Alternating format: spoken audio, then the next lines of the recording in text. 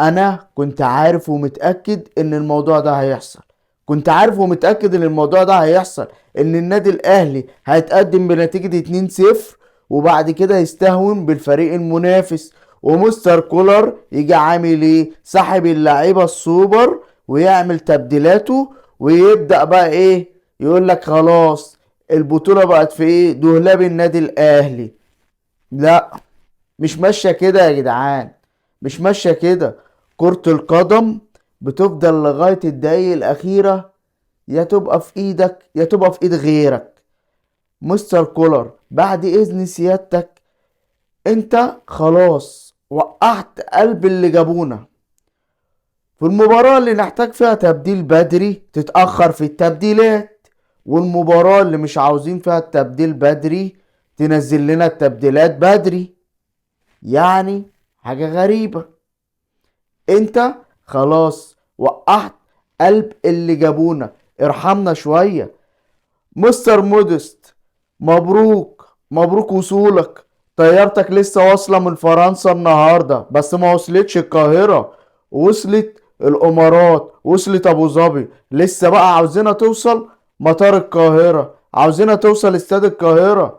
مودست، اظبط حالك يا ابني، حالك مش عاجبني، مش هتكمل بطريقتك مع النادي الاهلي. النادي الاهلي نادي البطولات، كل اللي بيجي فيه لاعب ما معوش بطولة بيعمل صندوق بطولات وهو ماشي. فيا ابني اظبط حالك، يا هتروح في اول طيارة. اظبط بقى وخليك ايه، خلاص العمل اللي كان معمول لك اتفك يا حبيبي، العمل اتفك في ابو ظبي، احنا عاوزينه بقى يتفك في القاهرة هنا يا حبيبي. لعيبة الاهلي: كهربا راجل، امام عاشور راجل، حسين الشحات راجل. كولر بلاش بقى، بلاش تحط التاتش بتاعك، ابوس ايدك يعني ما مش لازمه للمسه بتاعتك. احنا ربنا سترها معانا النهارده، والله ربنا سترها معانا النهارده، والنحس بتاع موديس اتفك النهارده. يا جدعان، يا جدعان، المباراة بتبقى لآخر لحظة. ده انت نجوم الاهلي كلها والنادي الاهلي عارف اللي احنا نجوم ال90 دقيقة نيجي نعمل في مباراة زي كده. ده انا قلبي وقع، ده انا خلاص نزلت تحت الانتريه باللي انا شفته، قلت خلاص طالما تعادلوا معانا مش هنكسب المباراة.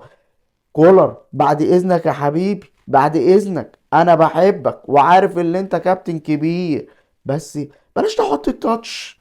خليها ماشية زي ما هي ماشية كده بستر ربنا، خليها ماشية.